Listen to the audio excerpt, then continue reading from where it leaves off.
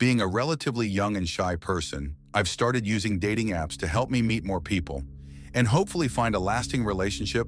I struggle with putting myself out there, especially in public with people I've never met. So apps like Tinder are great for me to get comfortable talking with someone before actually meeting them in person. For reference, I'm a female in my early 20s, and I've been using Tinder for a little over a year at the time.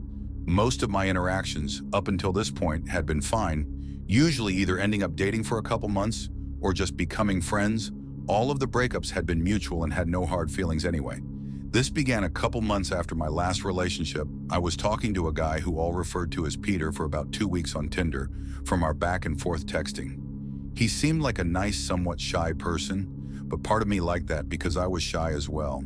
Eventually, he finally asked me out on a date, and we met up at a local restaurant later that week. Upon meeting him in person, nothing seemed off at first. One of my biggest fears is that they'll look nothing like they did in the pictures. But Peter didn't look any different, and he was just as soft-spoken as he was over text. Our conversation at dinner that night was really awkward, though he barely spoke and kept looking around me.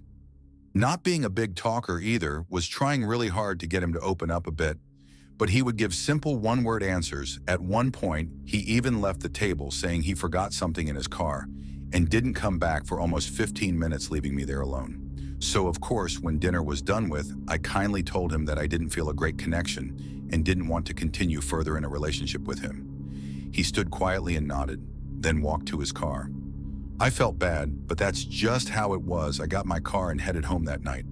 I thought about Peter a few times, feeling weird now that I didn't have anyone to text, but I sat down and turned on a movie to clear my mind. Nearly 11 p.m. when I heard soft footsteps coming up to my front door and stopping. I muted the TV and turned to face the door, still sitting on the couch.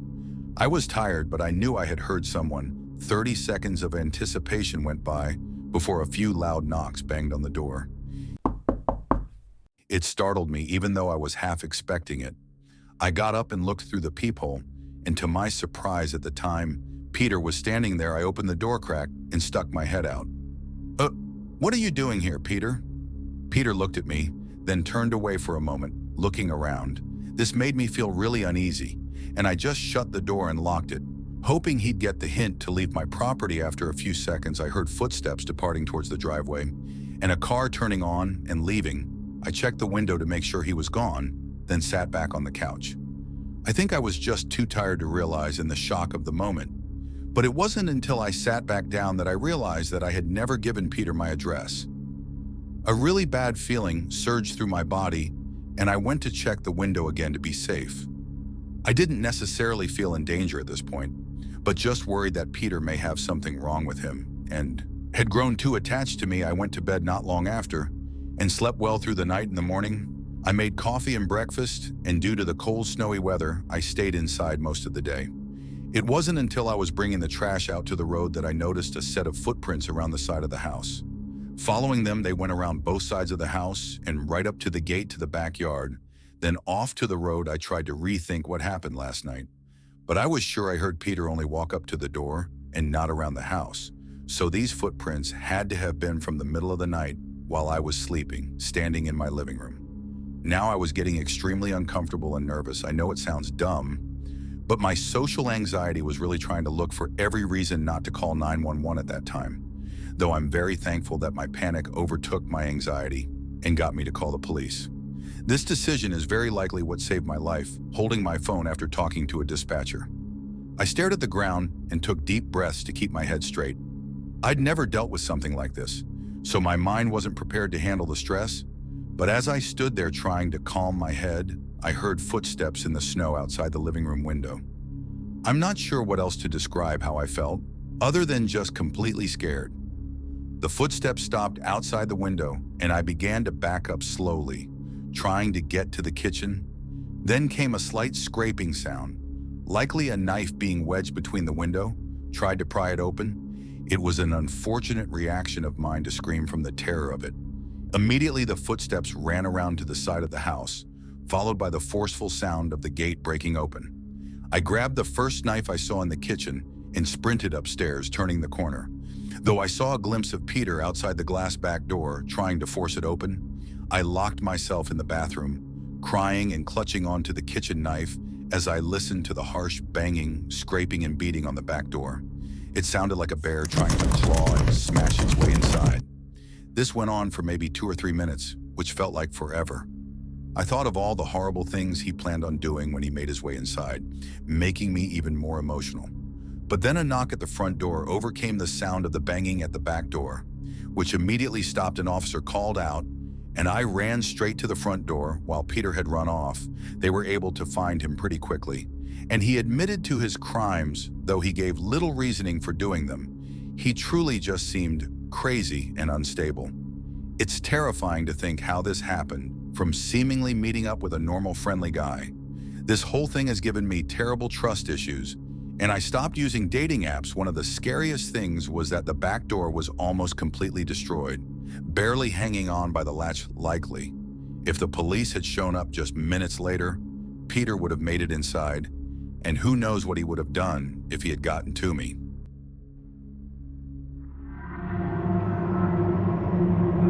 I broke things off of my ex a few years ago. He became a reckless person, unable to hold a job or any responsibilities, so it just didn't work out, even being the person he was, though I never thought he would do something like this. The few months after the breakup were quiet and peaceful. I was enjoying my single life, just going through the days. One night, though, I was driving back home from work later than usual, and as I pulled into the driveway, I saw a man wearing all black standing outside a window on the left side of my house, as if they were trying to look inside. This was obviously really creepy, and I pulled back out of the driveway and parked further down the road, calling the police. I waited for them to show up, then once they informed me that whoever it was had left, I was able to go inside. They asked if I had any idea who it could have been, but at the time I said no. Again, I never thought of my ex as that kind of person, and there was nobody else I thought it could be. The next week went by without any problems as well, though I made sure all the windows were locked every night. One morning, though, I woke up to the sound of movement outside my bedroom window. It sounded like an animal moving around in a bush. Though my immediate thought was of that man I'd seen peering through the windows last week, I jumped out of bed and put some clothes on. The blinds were covering the windows, so I knew nobody could see anything. But now I felt the need to see for myself that if somebody was there or not. I didn't want to call the police again, just because a squirrel was hanging out in the bush. So I pulled the blinds open. Nothing. I leaned my head closer to the window so I could see down the side of the house, and still nobody was there. I sighed immediately, feeling safer, and continued about my morning as usual. Then went off to work, getting home rather late. Again, I was exhausted and cooked up a small dinner. Then watched a bit of TV before deciding to go to bed early. I got up and walked down the hallway toward my bedroom, but in the corner of my eye, I saw something horrifying. The window was open, just a small crack at the bottom, but I knew I had kept it locked. So either way, someone had broken it. I walked over and looked at it from up close, then pushed it shut. The latch that was used to lock, it was gone, as if it had been ripped away.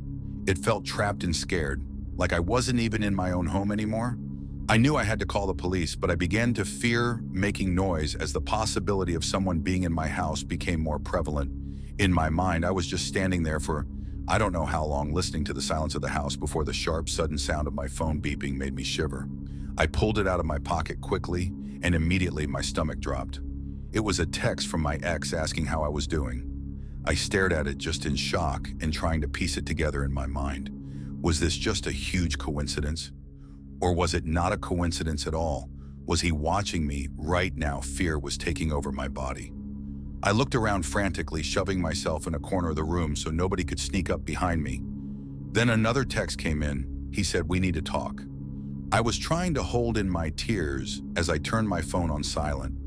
I started making my way slowly to the front door. As I approached, I turned the knob and tried to open it quietly, though it made a rather loud creak immediately. A loud thump came from behind the door to my bedroom.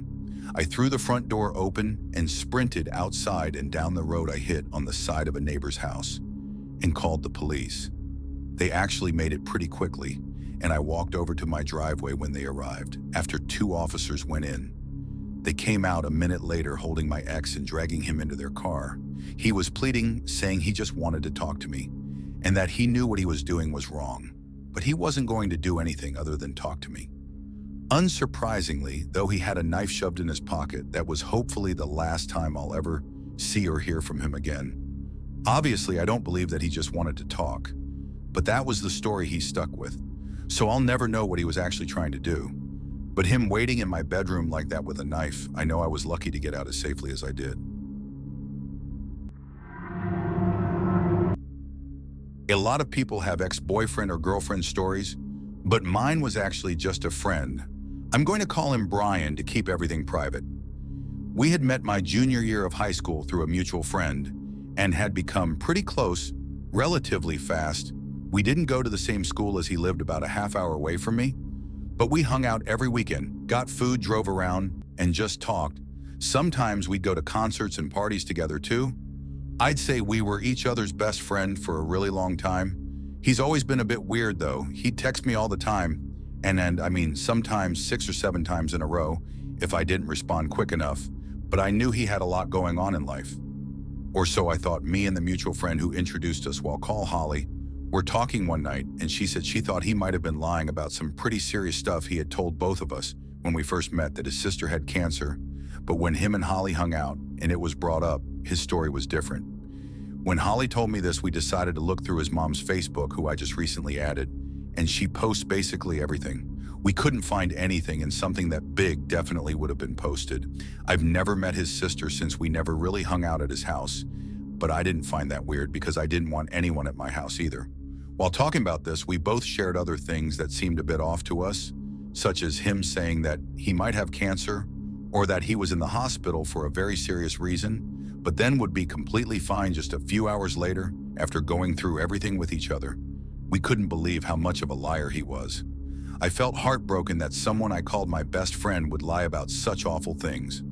We agreed to talk to him about it and afterwards distance ourselves from him. I wanted to talk in person, but Holly had texted him first, and that's when I was bombarded with messages. It all started with him saying he had a seizure, which after everything I obviously didn't really believe him. He called me so many times while I was at work, it got to be too much. I decided to call Holly and see what was happening. And when I did, she said he also went crazy on her. She ended up blocking his number because it got so bad I didn't want to just ghost him. But this behavior was honestly disturbing. I decided to text him that I didn't want to be friends with someone who lies, especially about such sensitive stuff. After that, I didn't text him anymore. I didn't block him though. I'm not sure why, but I just couldn't do it. I muted his notifications and calls, and that was that. A few more days went by of more muted calls and texts until my dad called me. He sounded really worried, asking if I was okay. I said, yeah, calmly asking why. He said that Brian called him and was asking about me. And apparently Brian told him that some pretty serious stuff happened to me. I told him to block his number and don't answer him anymore. After explaining everything, it's even weirder because I don't know how he got my dad's number. Not long after that, my brother also told me that Brian messaged him on Instagram saying he was going to hurt himself if I didn't answer him. He also texted one of my best friends all the same thing to make everything so much worse. He said he was going to end himself the same way that my oldest brother had done, and he knew that that was the last straw for me. And I decided to text him one more time all of my thoughts and feelings, and then I immediately blocked him after it was delivered. I thought that was the end. And for months it was, until one day while I was working, I saw him walk in through the front doors. My department was in the back of the store, so I could see everything. I slipped in the back and told my manager if anyone should ask, say that I do not work there anymore. Lo and behold, he did actually ask my manager if I was there. I had to be escorted out by a coworker the rest of the week just to make sure he wasn't waiting in the parking lot. When I got out of work, there was one night about a month later where his car was parked on the side of the street by my house when I got home from work. No one else was home, so I went to a friend's house for a few hours to be safe. I didn't think he would actually hurt me. I just didn't want to talk to him though. While I didn't think he would hurt me, I also felt like I didn't really know who he truly was, which was scary. After that incident, I called his mother and told her everything. I didn't want him to stop by my house or my work anymore, and I didn't want to get the police involved. I loved his family, which made the situation really difficult. To this day, he makes fake accounts on sites to try and talk to me or request to follow me. It happens maybe twice a year. I know he's not mentally there, and I truly wish that he'd heal, But I want to share my story and let others know that your friends can be just as toxic as any intimate partner can be. And when people show you their true colors, try not to make excuses for them. Do what's best for you and your mental health, and make sure to keep yourself safe.